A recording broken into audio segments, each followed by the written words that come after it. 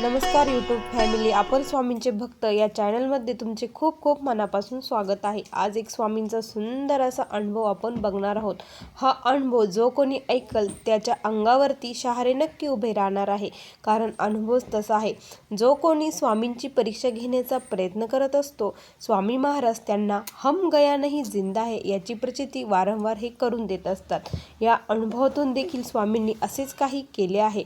खूप थरारक अनुभव आहे, त्यामुळे हा अनुभव अगदी शेवटपर्यंत प्रत्येकाने नक्की बघा। चला तर मग आपण अनुभवाला सुरुवात करूया। दादा म्हणतात, सर्वप्रथम सर्वांना श्री स्वामी समर्थ महाराजांच्या चरणी त्रिवार वंदन। स्वामी भक्तांनो, स्वामींची महिमा ही खूप आगाध आहे। आज मला कळाले आहे की स्वामी काय आहेत। खरंच या ब्रह्मांडाचे चालक, मालक, पालक सर्व काही स्वामीच आहे।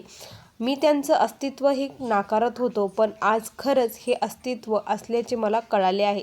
मी खूप वेळेस स्वामींची परीक्षा घेण्याचा प्रयत्न केला आहे, पण या प्रत्येक वेळेस मीच नापास झालो आहे, कारण स्वामींनी मला त्याची प्रचिती दिली आहे।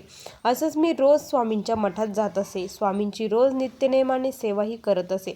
माझ्या घरची पूजा वगैरे झाल्यानंतर, स्वामींची 11 माळी जप केल्यानंतर मी रोज मठामध्ये भूपाळी आरतीसाठी जात असे। भूपाळी आरतीसाठी गेल्यानंतर तेथील साफसफाई करणे, स्वामींची प्रतिमा स्वच्छ करणे, आरती करणे, तेथील जे काही कामं असेल ते कामं मी रोज करत असे। आता माझ्या मनात काय झालं नका, एक दिवस मी असंच घरातून निघलो। घरातून निघाल्यानंतर मनामध्ये प्रश्न आला की आपण एवढं करतो, पण खरंच स्वामी आहेत का? स्वामींना आपली सेवा त्यांच्यापर्यंत पोचते का? आणि खरंच जर स्वामी असेल, इतके भक्त म्हणतात की त्यांना अशा प्रकारे दर्शन दिलं, ह्या बाबाच्या रूपात दर्शन दिलं, असं केलं तसं केलं, मग मला आत्तापर्यंत का बरं स्वामींनी दर्शन दिलं नाही? आज मी गेले 12 वर्षापासून स्वामी सेवेत आहे, मग स्वामींनी मला एक दिवस तरी दर्शन द्यायला पाहिजे होतं। असं सहज माझ्या मनामध्ये असा विचार आला। मनामध्ये विचार आल्यानंतर मग मी लगेच पूजेची ताट वगैरे घेऊन गेलो आणि तिथे भूपाळी आरतीसाठी गेलो। आरती वगैरे तेथे चालू होती। आरती मला त्या दिवशी उशीरच झाला होता जाण्यासाठी, मग तेथे मला काहीच काम त्या दिवशी मिळालं नाही, सेवा कुठलीही मिळाली नाही आणि आरती वगैरे तिथे सुरू झाली होती। आरती वगैरे संपन्न झाली। आता माझी एक सवय होती की आरती झाल्यानंतर मी थोड्या वेळ तिथे सेवा करत बसत असायचो। त्या दिवशी मठामध्ये कोणी एक थांबलं नाही। आरती झाल्यानंतर सर्वजण निघून गेले, ज्याच्या त्याच्या कामाला निघून गेले। मी 1 तास मठामध्ये बसलेलो होतो आणि माझी माळजप ही सुरू होती। त्यावेळेस जे सकाळी माझ्या मनात आलं तेच विचार माझ्या मनात आत्ता देखील सुरू होते। मग मी स्वामींच्या डोळ्यात डोळे घालून बघत होतो आणि माळजप करत होतो। त्याच वेळेस काय झालं ना की अचानक मला स्वामी फोटोत नसल्याचे दिसू लागले।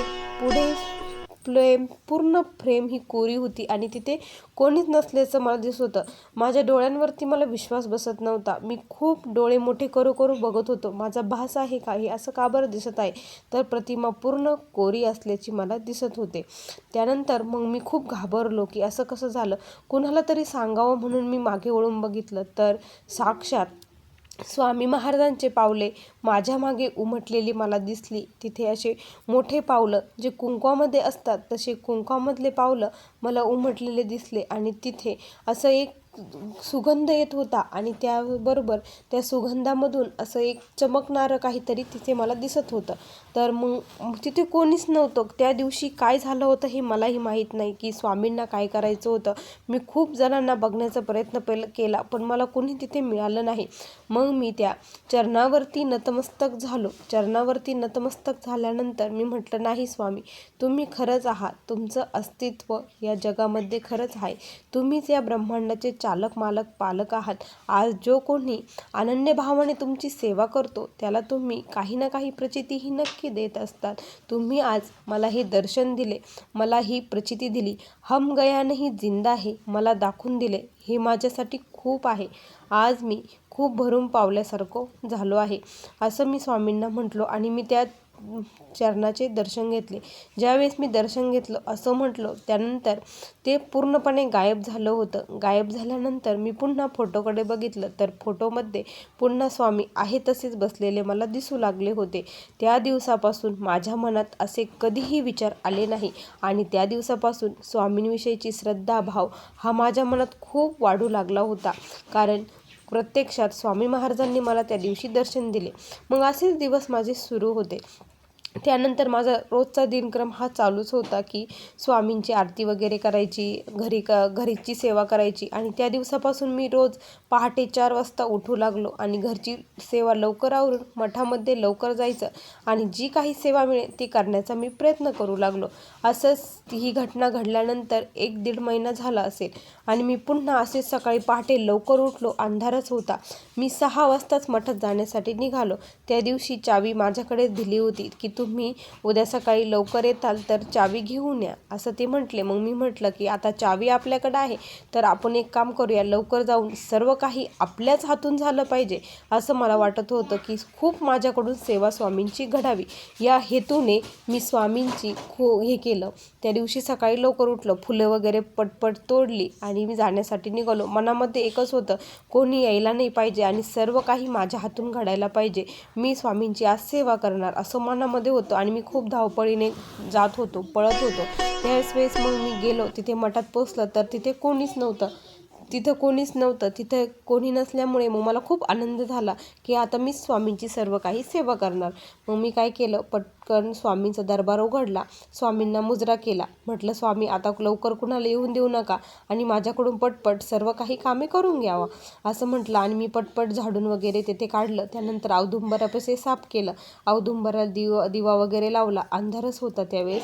त्यानंतर मग मी झाडून घेतलं, स्वामींचा वटा स्वच्छ पुसला. त्यानंतर म्हटलं आता स्वामींना हे करावं, स्वामींची ही फोटोची पूजा करावी, त्यांना अष्टगंध वगैरे लावावे, फोटो स्वच्छ करून घ्यावा. आणि मग मी फोटो स्वच्छ करू लागलो. फोटो स्वच्छ करत होतो त्याच वेळेस अष्टगंध वगैरे लावला. आणि आता जे कापड मी खाली ठेवलेले होते ते पुसल्याचे, ते कापड उचलावे म्हणून मी ते कापड उचलले. कापड उचलल्यानंतर महाराजांच्या जो तस्वीर आहे त्यामध्ये जसा आकार हे असतं, कलर असतो, निम्मा भगवा आणि निम्मा असा वेगळाच याचा आकाशी कलरचा, असा कलरचा साप मला तेथे दिसू लागला. मी म्हटलं, हा साप इथे कसा आला आणि याचा असा भगवा कलर का बरं झाला आहे. त्यावेळेस मी पुन्हा स्वामींचं दर्शन घेतलं, त्याचंही दर्शन घेतलं आणि तो लगेच गायब झाला. कुठे गेला हे मला परत दिसलंच नाही. मी खूप त्याला शोधण्याचा प्रयत्न केला. त्या दिवशी कळालं नाही, खरंच अंतःकरणापासून स्वामींचा धावा करत होतो. स्वामींना मी पूजा करण्यासाठी हे करत होतो, त्यामुळे स्वामींनी मला दर्शन दिलं.